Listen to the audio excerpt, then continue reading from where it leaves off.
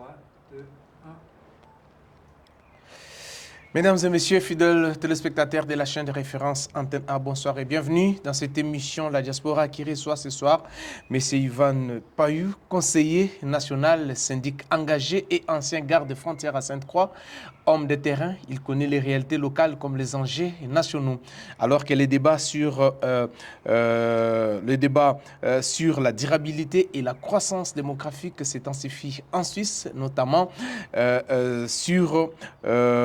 bien sûr, l'initiative visant à limiter la population à 10 millions d'habitants. Il nous explique pourquoi il soutient cette vision et ce qu'elle implique concrètement pour l'avenir du pays. Donc, nous recevons M. Ivan Payou dans cette émission pour parler, pourquoi pas. Lui, il est en train de soutenir cette initiative, pas les Suisses à 10 millions. Donc, nous lui disons bonjour et bienvenue dans cette émission, M. Ivan Payou. Mais bonjour à vous. Voilà. Et comme je venais de vous présenter tout à l'heure, vous êtes un ancien garde-frontière à Sainte-Croix. C'est là où vous êtes aussi syndic. Est-ce que vous pouvez quand même nous dire, cet parcours d'ancien garde-frontière a-t-il vraiment changé votre vision politique?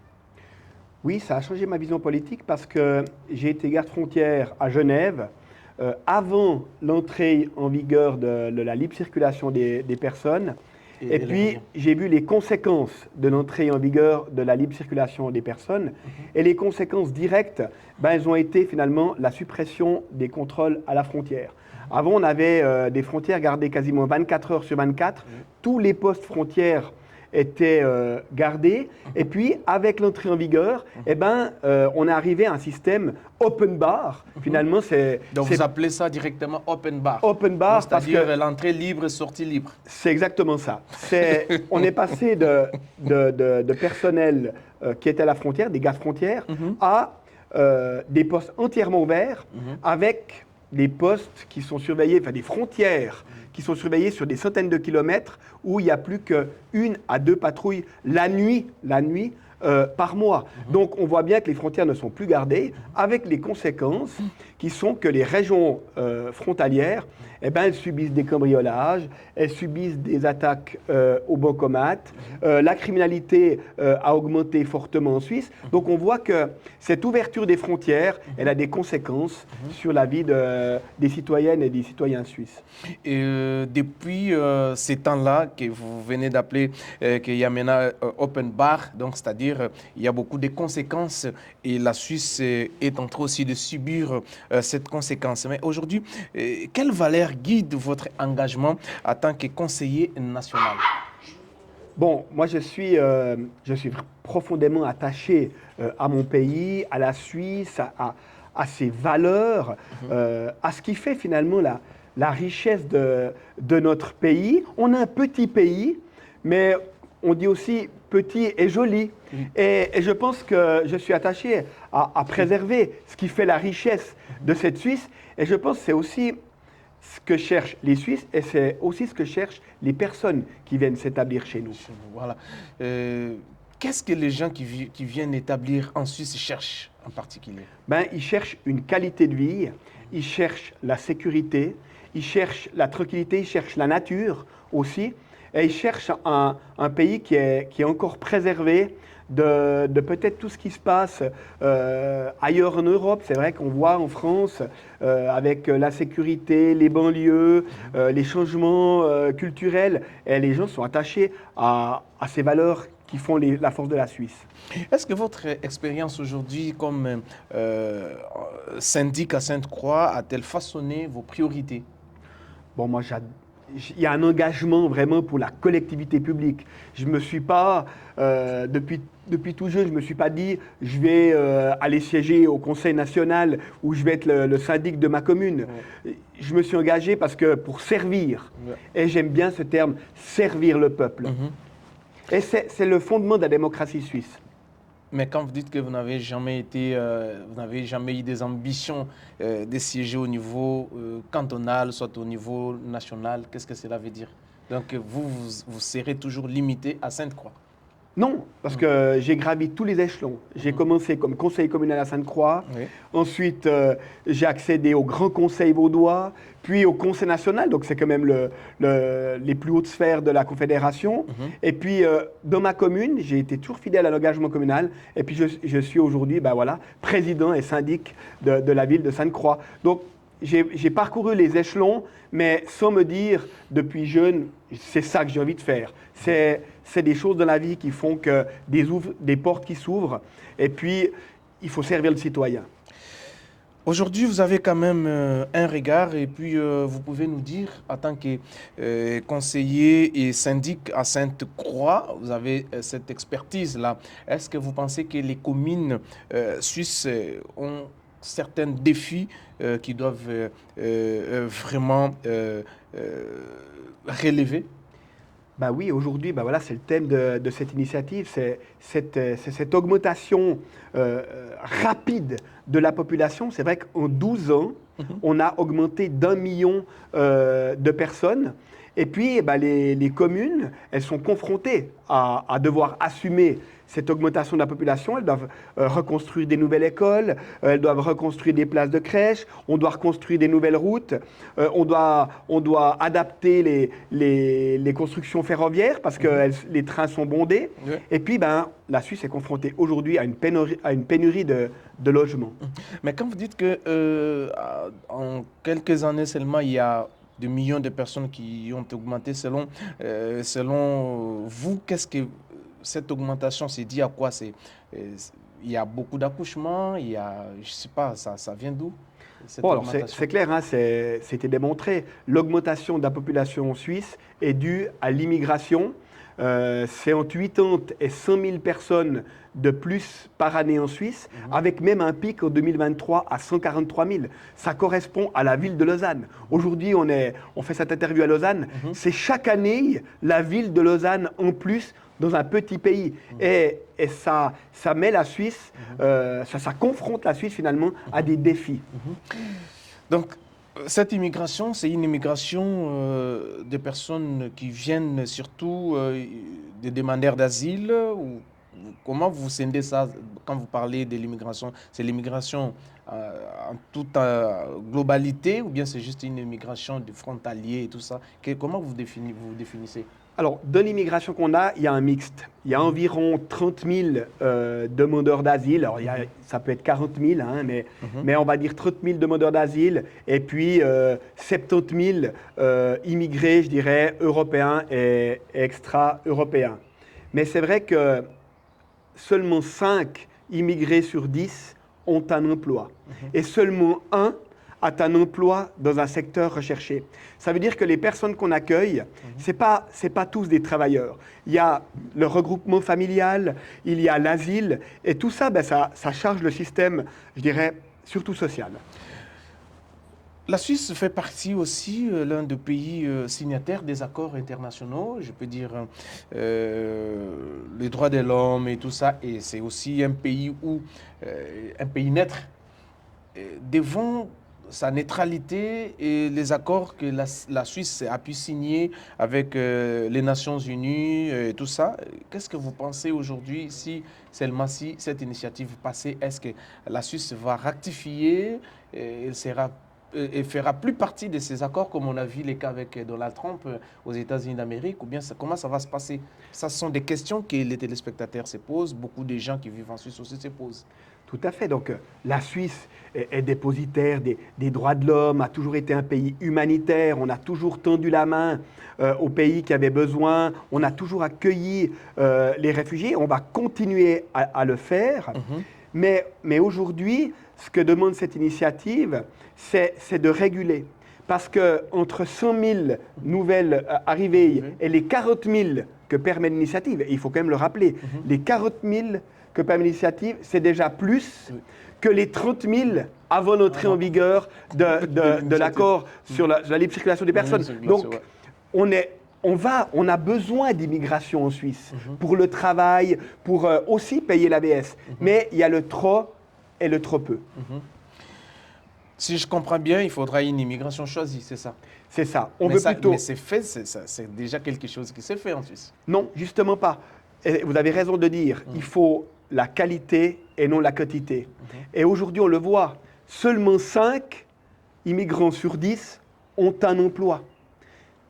Et seulement un dans un secteur recherché. Ça veut dire qu'on doit pouvoir immigrer en Suisse avec un emploi, avec un appartement et surtout sur une période qui est durable.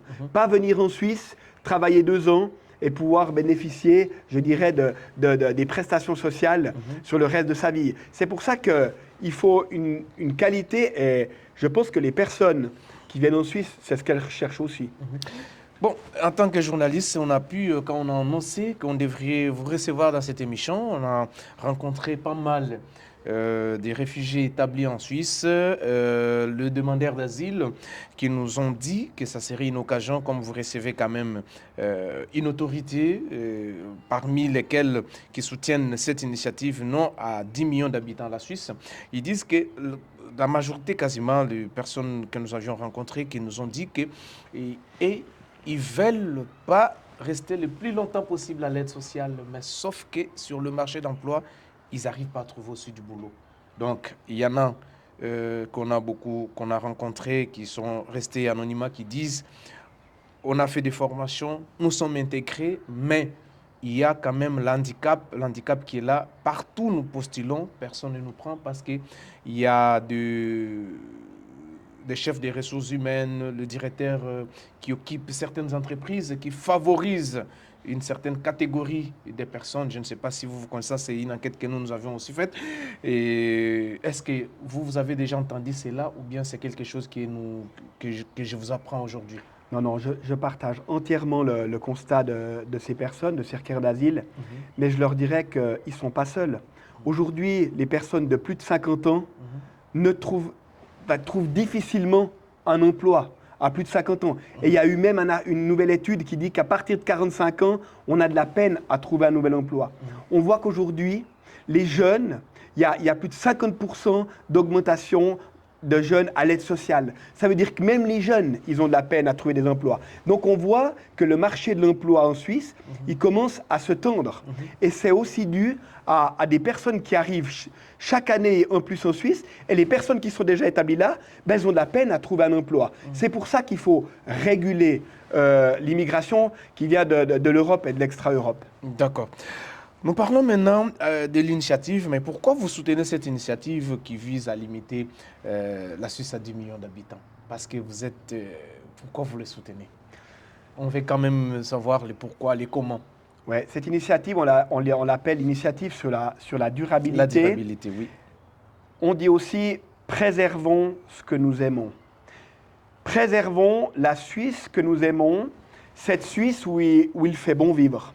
Et je pense que les Suisses sont attachés à cette Suisse où il fait bon vivre. D'ailleurs, ils l'ont exprimé en 2014 puisqu'ils ont accepté l'initiative sur l'immigration de masse. Ils ont dit on veut la qualité et non la quantité. Et cette initiative, elle n'a jamais été appliquée.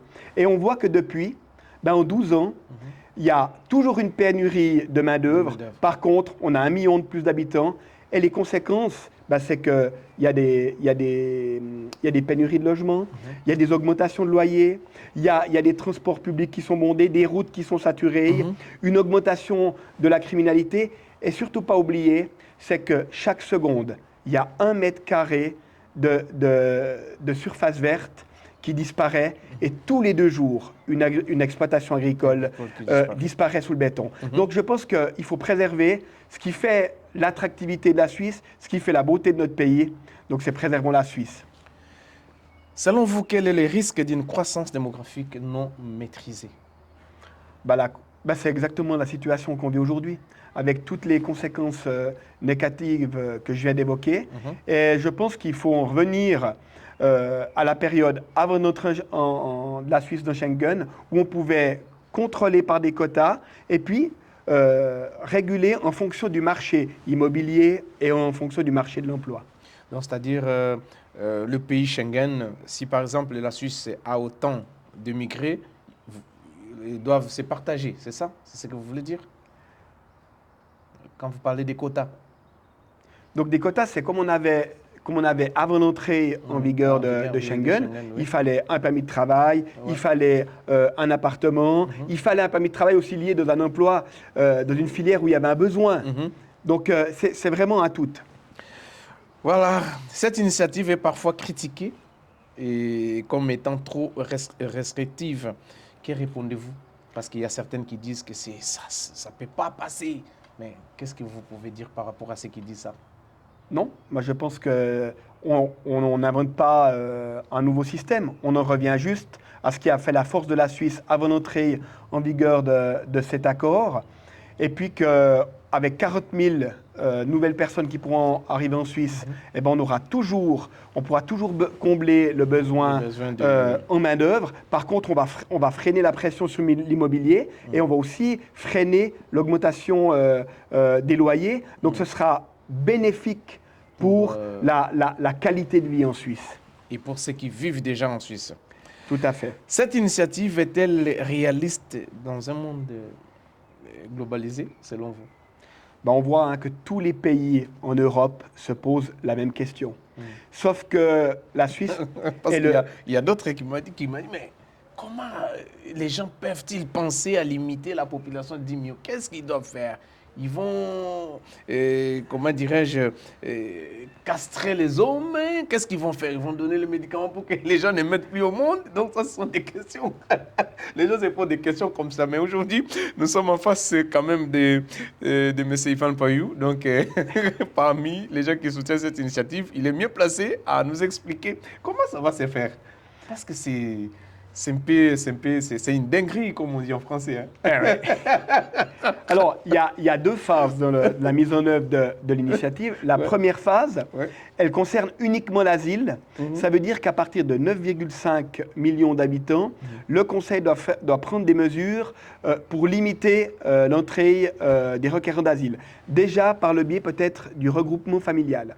Puis, dans une deuxième phase, dès qu'on arrivera au seuil des 10 millions, le Conseil fédéral, par voie d'ordonnance, va adapter l'évolution de la population en fonction de divers critères, dont l'économie. C'est pour ça qu'on parle des 40 000 qui pourront toujours arriver en Suisse. Donc, c'est une initiative pragmatique et réaliste qui tient compte des besoins de l'économie, des besoins des infrastructures, mais qui va donner du temps à la Suisse de pouvoir continuer à se développer sans être saturée. Est-ce que je peux aussi rassurer? Oui, vas-y. C'est que toutes les personnes en Suisse qui détiennent un permis B, un permis C, ne sont pas concernées. Parce qu'on parle des nouveaux arrivants. Et mais ceux qui détiennent le permis F. Un permis F est un permis provisoire. Oui. Voilà. Alors eux, ils pourraient être soumis à cette restriction parce qu'ils n'ont pas un permis d'établissement. Mais les personnes qui sont déjà établies ou les permis F qui trouvent un emploi et un logement ne seront pas concernés. Voilà. On parle des nouvelles arrivées. Des nouvelles arrivées. Mais il y a aussi quelque chose parce que quand vous martelez les problèmes de celles-là qui ont les permis F, ce sont des gens, des fois, qui restent le plus longtemps possible avec ces permis pendant 30 ans, 25 ans et tout ça. Est-ce que ça, vous ne pensez pas? Parce que j'ai raconté beaucoup de gens qui sont dans cette situation-là. Est-ce qu'il y a-t-il pas moyen, en tant que politique, de chercher à enlever peut-être provisoire? Parce qu'il y a d'autres qui disent, mais dans quelle nomenclature se classe-t-il ces permis? Parce que selon la Convention de Genève de 1951, on a trois types de reconnaissance des réfugiés, statut des réfugiés. Nous avons la protection subsidiaire et la protection humanitaire. Mais le permis F, même ceux qui détiennent ça, ils ne savent pas, ça se trouve sur quelle nomenclature, sur quelle logique dans la Convention de Genève. Ils ne savent pas. C'est une bonne question. C'est vraiment le permis F des permis des personnes qui sont admises à titre provisoire. Pourquoi provisoire? Parce qu'elles sont dans l'attente d'une décision de l'asile. Parce que c'est vraiment des personnes qui sont détentrices d'un permis d'asile. Donc, est-ce qu'elles sont considérées comme réfugiées, elles pourront obtenir un permis B, ou elles devront être renvoyées. C'est ces personnes qui sont entre ces deux procédures. Et moi, ça m'étonne vraiment que des personnes aient pendant 30 ans un permis F. Il me semble que... Oui, j'ai raconté des gens et On annonçait qu'on devrait vous recevoir quand on annonce quand même une figure politique du pays comme ça. Et des fois, on descend pour recueillir certaines informations et savoir comment aussi on peut préparer des questionnaires. Ils nous ont dit, écoute, moi j'ai un permis F, et ça fait 10 ans, ça fait ceci, ça fait cela. Bon, ils ne savent pas, mais comment... Ah, 10 ans, ouais, 10 ans, 10 ans, mais pas 30. Ouais, oui, même 20, 25, il y en a. Et comment je peux avoir ces permis et une demande d'asile rejetée, non acceptée, mais quand même, ils ont dit, comme les renvois dans mon pays n'est pas accessible, voilà, c'était ça. On me donne ces permis provisoirement. C'est ça. Si tu veux... Mais pourquoi pas ne pas seulement dire que non, bon, ça va, on t'accorde le permis, la protection subsidiaire. Parce que moi, j'ai feuilleté, j'ai un peu lu un peu partout, je n'ai pas vu où il y a cette... voilà, la Convention de Genève, dont la Suisse elle-même est le signataire. Oui, alors, c'est super intéressant. Donc, c'est des personnes où la demande d'asile a été refusée, qu'elles devraient être renvoyées, mais que le renvoi n'est pas possible. Parce que le renvoi dans le pays n'est pas possible parce que peut-être ce pays-là n'accepte pas ses ressortissants. Oui. Et si on dit aujourd'hui, alors on régularise ces personnes qui devraient être renvoyées, alors ça fait l'appel d'air pour tous les mêmes ressortissants de ce pays qui se disent « Oh, mais tu peux aller en Suisse. De toute façon, comme ils ne peuvent pas nous renvoyer, ils vont t'octroyer le permis B. » Donc c'est pour ça que ça s'appelle l'appel d'air et c'est pour ça que tu dois rester strict là-dessus. Donc, comme vous ne voulez pas que ça soit comme ça, sinon il y a les appels qui vont commencer à venir de partout. Oui. Et non, venez parce que nous, on nous reçoit sans problème. Mais, oui. Vous avez compris, hein? Mais la Vous avez compris tout, hein? Mais donc, la réalité, c'est ça. Réalité. Donc, oui. Donc il faut coincer, il faut vraiment coincer jusqu'à la moelle épinière pour que les appels ne puissent pas passer partout. Non, c'est intéressant. Hein? Mais la loi est, tu obtiens l'asile, oui. Tu peux résider en Suisse. Tu n'obtiens pas l'asile, tu dois être renvoyé. Mais si le renvoi n'est pas possible, c'est là que se posent ces situations-là. Et c'est là que si tu dis, oh, on les régularise, ben c'est clair que les citoyens de ce pays-là, parce que la diaspora, elle fonctionne assez bien, vont dire, oh, mais vas-y, de toute façon, ils vont t'octroyer l'asile. Ça veut dire qu'on régulariserait des personnes qui ne pourraient pas obtenir l'asile. Et là, on a un problème légal. Ouais. C'est une question d'application des lois. Tout à fait, vous avez vraiment raison. Mais aujourd'hui, en quoi la limitation de la population contribue-t-elle à la durabilité? La durabilité, je l'ai évoqué avant. Hein. Chaque seconde, c'est quasiment 1 mètre carré qui est bétonné. C'est tous les 2 jours une exploitation agricole qui disparaît sous le béton. C'est la perte de la biodiversité. C'est aussi en termes de ressources, en termes d'eau. Sans le bétonnage aussi, ceux qui travaillent dans ces secteurs-là, ils n'auront pas aussi du boulot. Donc ils vont fermer. Ça, on est d'accord. Mais aujourd'hui, s'il n'y a pas la construction, c'est-à-dire les ingénieurs qui construisent, qui font les plans, intéressant. Qui font les plans, ils seront au chômage. Aujourd'hui, c'est hyper intéressant parce que les immigrés construisent des routes pour les immigrés. Oh là là. On a des soignants qui soignent ceux qui arrivent. Parce que pour 100 000 personnes, il faut 2560 soignants. Donc chaque année, on a besoin de soignants supplémentaires pour soigner les personnes qui arrivent. C'est pour ça qu'on l'appelle l'effet de la spirale. C'est parce qu'on va toujours plus en avant et on a toujours besoin de plus de monde pour s'occuper des personnes qu'on reçoit. Et en termes de durabilité, à l'horizon 2050, il faudra 45% d'électricité en plus. Parce qu'on a une évolution de la démographie. On a besoin davantage d'eau, on aura besoin davantage de nourriture. Et le pays, il est toujours plus petit en termes de surface agricole, en termes de capacité à fournir de ces ressources qui sont vitales finalement. La Suisse, M. Ivan, fait-elle assez aujourd'hui en matière de développement durable? Oui, aujourd'hui la Suisse est un des pays qui par rapport à l'habitant, a fait beaucoup d'efforts en termes de durabilité, en termes d'assainissement des bâtiments, en termes d'électrification. Voilà, donc on fait beaucoup. Ça coûte aux citoyens, mais je pense qu'on a un pays qui avons, entre guillemets, encore les moyens de le faire. Donc oui, la Suisse est un exemple. Est-ce qu'il y a-t-il aussi certains secteurs qui doivent être prioritaires en matière de durabilité? Des secteurs qui doivent être... voilà, chaque secteur doit contribuer en matière de durabilité. Je pense aussi aux bâtiments, à l'efficience des bâtiments en termes de chauffage. Donc oui, c'est vraiment un tout. Alors, aujourd'hui, tant que syndic conseiller national, quelle campagne que vous devriez mener pour que cela ne puisse pas créer vraiment la division au sein de la population par rapport à cette initiative? J'ai trouvé hyper intéressant parce que j'ai rencontré des immigrés qui m'ont dit « Ah, mais nous, on soutient votre initiative. Oui, parce que nous, la majorité, même ceux-là qu'on a rencontrés, ils nous disent ça, ils disent... On est venu en Suisse pour travailler, mais on n'arrive pas à travailler. Et on n'arrive pas à travailler, et on accueille toujours plus de monde, et nous, on ne trouve pas de travail. Et ça, c'est sûr. Ça, c'est important. 10 sur 8, ils sont pour cette initiative. Et moi, je trouve intéressant que ce soit des immigrés qui le disent, que ce soit pas seulement le Suisse. C'est parce qu'ils sont aussi confrontés à cette augmentation massive de la population. Mais une chose aussi, si vous allez dans des EMS et tout ça, mais bon, il y a quasiment plus je peux dire les étrangers, les Africains, les Portugais et tout ça, qui s'occupent de nos aînés. Bon, par contre, et quand je les ai rencontrés, ils ont dit, mais si aujourd'hui cette initiative passait, et ces aînés, qui va s'en occuper?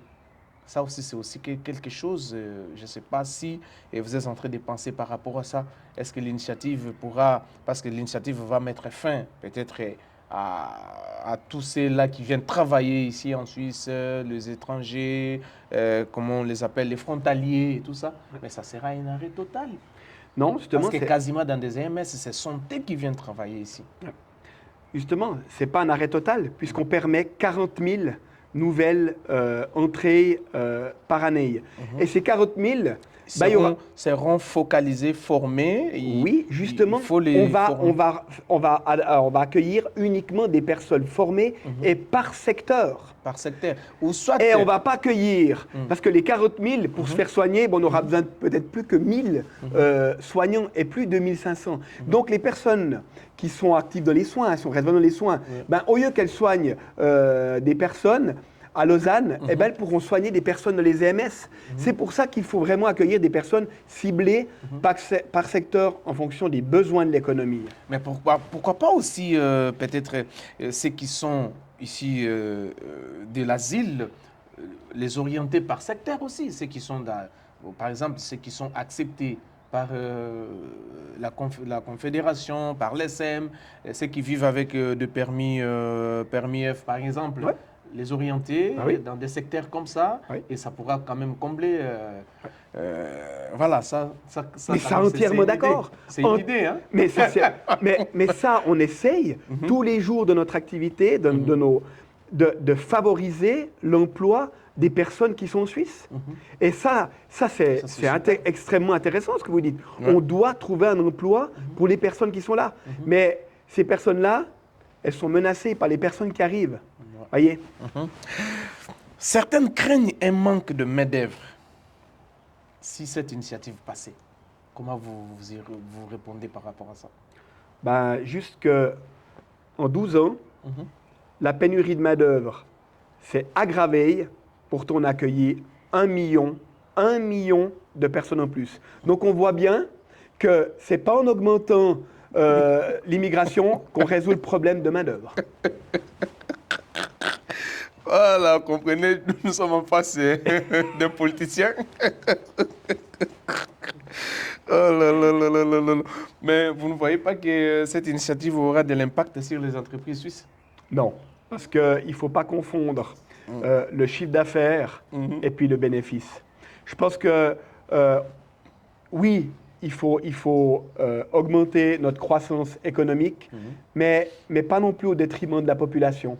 Et aujourd'hui, la population, elle souffre de ne pas trouver d'appartement, elle souffre d'augmentation des loyers, elle souffre des bouchons sur les routes pour se rendre sur leur lieu de travail, elle souffre de la criminalité. Donc voilà, il faut prendre dans un ensemble. Est-ce que peut-on maintenir le niveau de vie actuel avec une croissance limitée? Oui, tout à fait. Comment? Ben justement, par la qualité et non la quantité. Et à nouveau, augmenter le chiffre d'affaires sans avoir du bénéfice à la fin, ça ne vaut pas la peine. Quel rôle pour l'innovation dans ce contexte?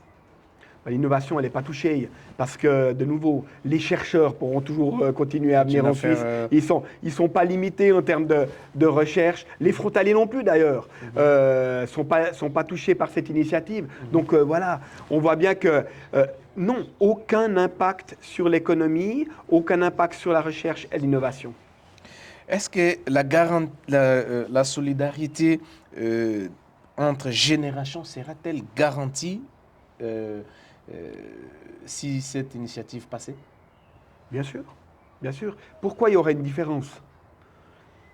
Ouais, mais les gens craignent. Il y a déjà, quand les gens entendent pas les Suisses à 10 millions, ça fait craindre et ça laisse beaucoup de suspense. C'est pourquoi toutes ces questions qui viennent, on a pris ça comme ça par les gens qui n'ont pas la possibilité de vous rencontrer. Nous, quand même, comme journalistes, on a cette possibilité et on vous la pose. C'est à vous de répondre comment ça va se passer. Ben, ce qu'il faudrait, c'est aussi mettre en place peut-être une politique aussi davantage axée sur la natalité en Suisse, axée sur la famille, peut-être avoir, et c'est déjà ce qui est mis en œuvre, avec des places de crèche, avec des adaptations du temps de travail. Mais il faut que les Suisses fassent finalement plus d'enfants. Mais ce n'est pas seulement un problème suisse, c'est un problème européen, c'est le problème des pays occidentalité où la natalité baisse. Parce que voilà, on a des modes de vie qui changent et on fait moins d'enfants. Ouais. Et ça, c'est un problème. Et surtout aussi que la Suisse, c'est un pays, je peux dire, un peu vieillissante, mais bon, avec ça, je ne sais pas comment nous allons, comment ça va évoluer. Monsieur Yvonne, mais quelle place accordez-vous à l'immigration dans ces débats? Ben, finalement, c'est quand même aussi le thème central de cette initiative, parce qu'on voit que l'augmentation de la population, elle est principalement liée à l'immigration. Donc voilà, c'est finalement le thème central de cette initiative. Et je ne suis pas du tout anti-immigration. Je suis le premier à dire qu'on a besoin de main-d'œuvre étrangère. Mais à nouveau, il faut axer sur la qualité et non la quantité de l'immigration qu'on veut accueillir. Voilà, j'ai un tableau ici dont vous-même vous avez établi, dont je vois là, c'est écrit exemple.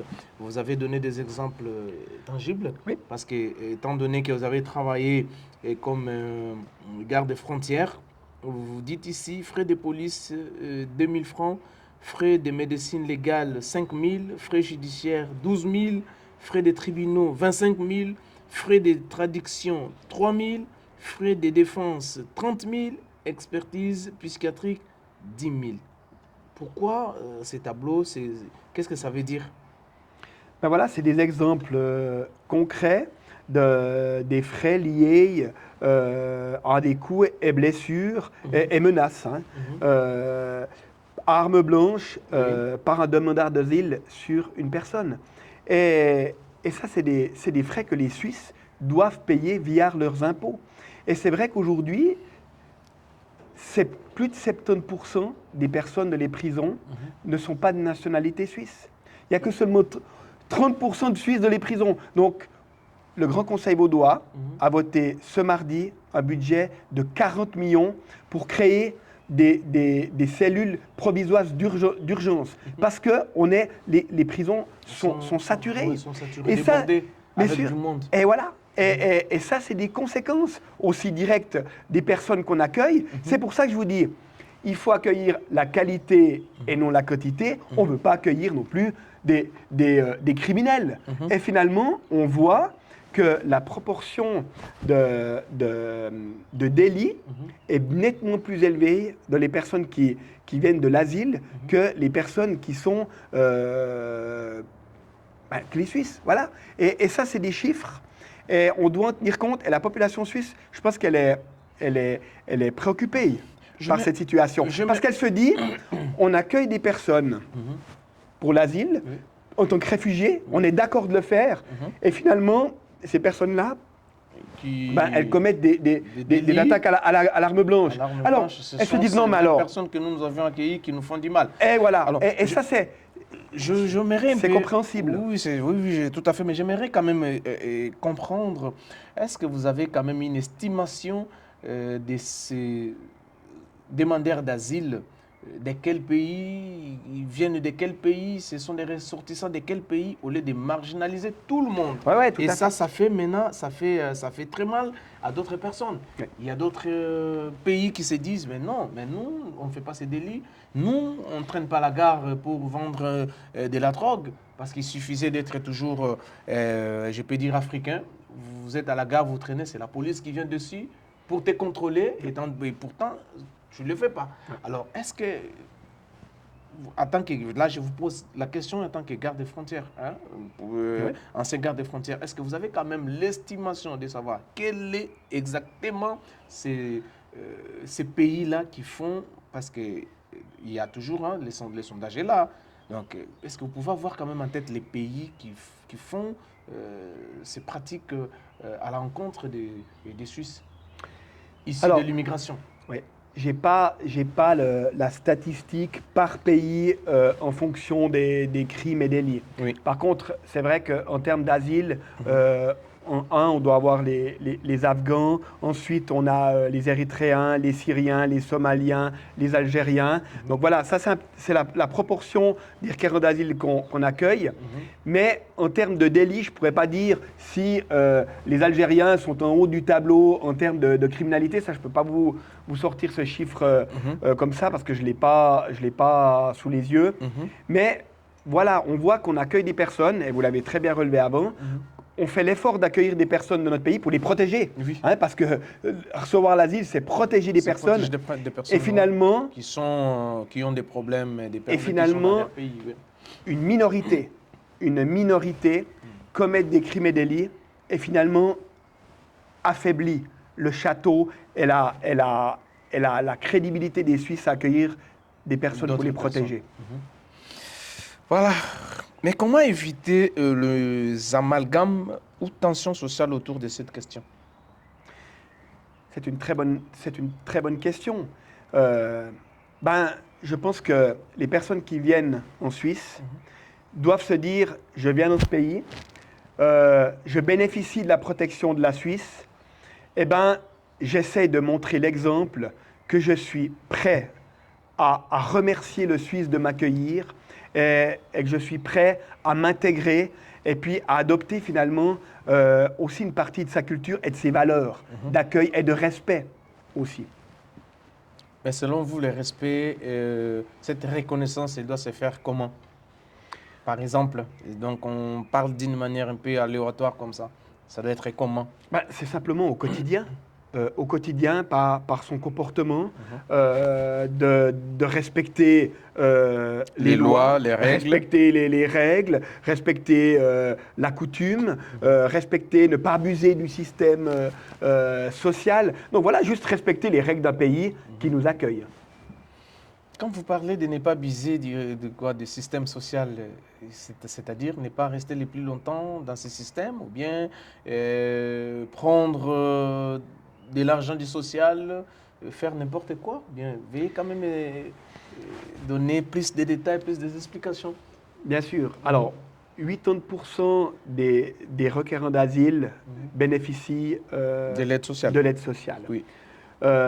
Ensuite, 45% des bénéficiaires de l'aide sociale, c'est des immigrés inclus requérants d'asile. Donc, on voit que une très large majorité bénéficie du système social suisse.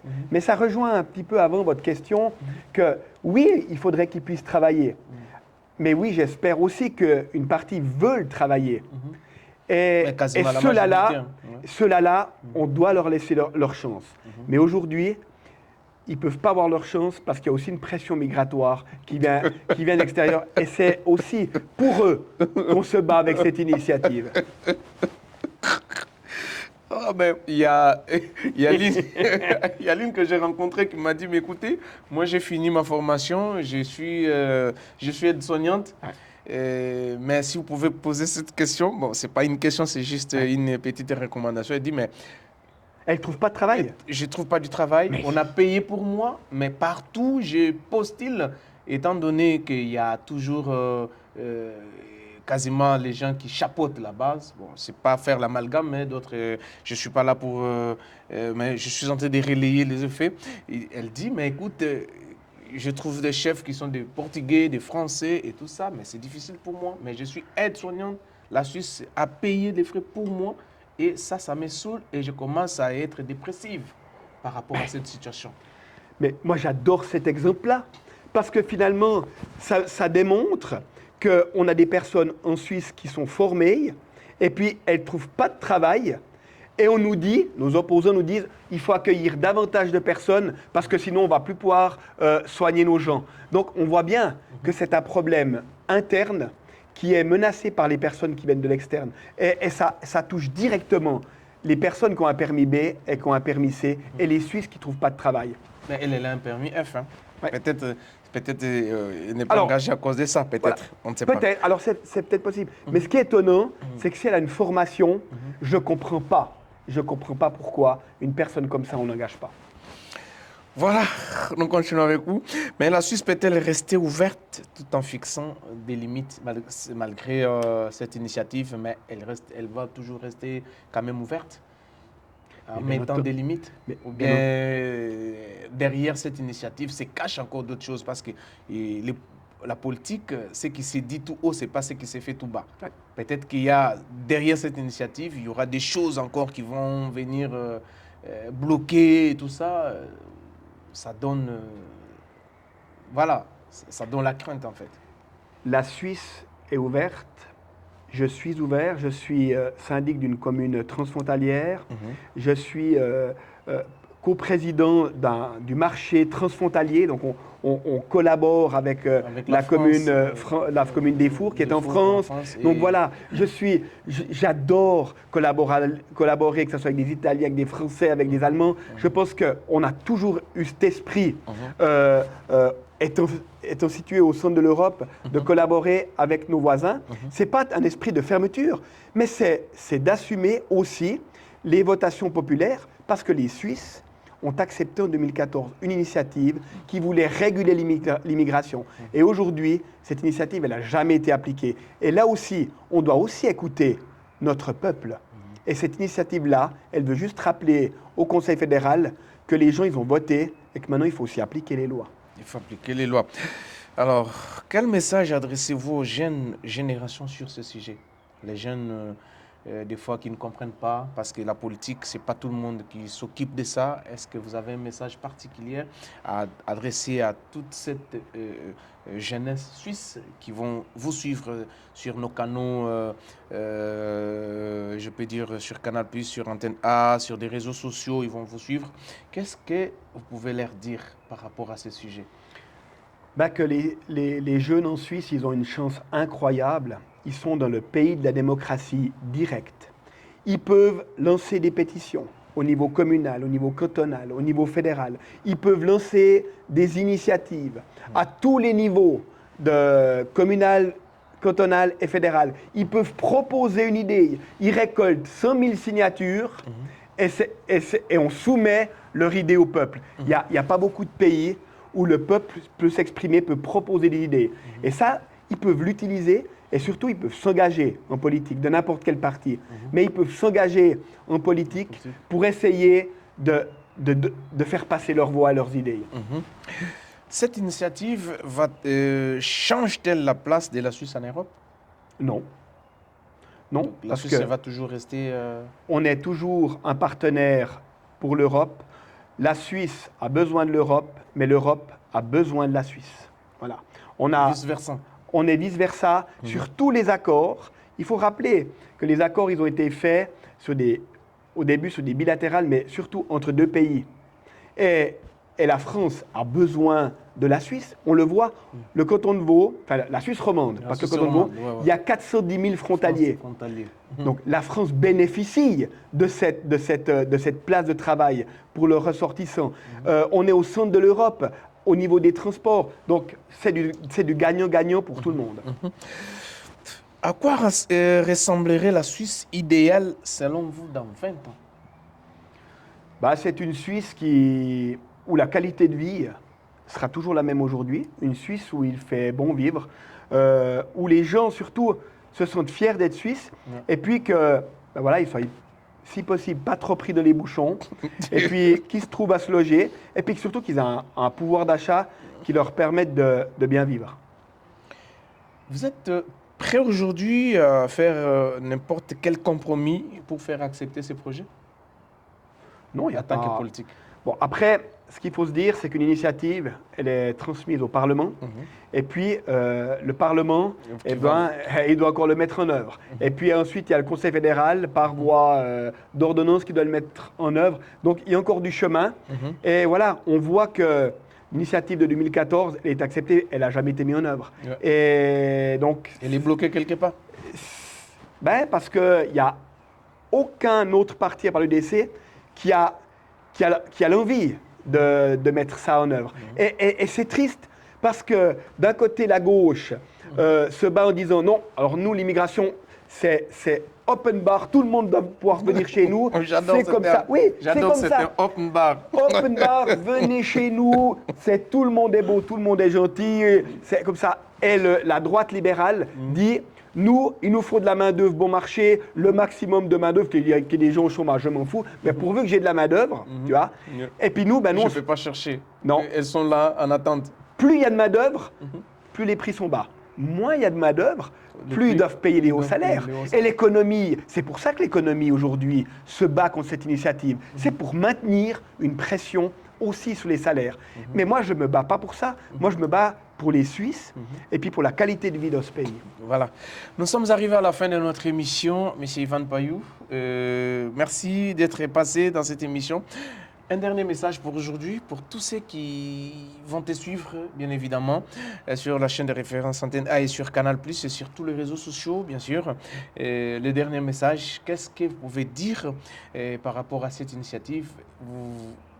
Vous excitez plus les gens à voter oui pour cette initiative? Finalement, si vous voulez préserver ce que vous aimez, si vous voulez que la Suisse reste la Suisse, un pays où il fait bon vivre, votez oui à l'initiative sur la durabilité. Voilà. Merci, fidèles téléspectateurs, de votre fidélité à cette émission. Nous avons reçu pour vous, messieurs, Ivan Payou, conseiller national et syndic engagé, comme je venais de vous dire. Il est toujours aux côtés du peuple. Il est là. Vraiment, je sais bien qu'il a répondu à toutes vos préoccupations. Merci à la grande équipe. Merci à toi, Demaki VP. Merci aussi à Tong, à la prise de vie. Merci à la réalisation, comme ça, je vois Noël Moutavokia. Merci aussi à Dieu, merci tant à vous tous qui avez toujours monté cette émission. C'était un grand plaisir d'avoir réussi M. Ivan Payou dans cette émission et nous allons vous retrouver prochainement avec d'autres invités. Mais de toute façon, suivez attentivement tout ce que M. Ivan Payou vient de dire dans cette émission. Et moi, votre humble serviteur William Tshisekedi, on se voit prochainement et à très bientôt. Ciao, ciao, bisous, je vous aime beaucoup.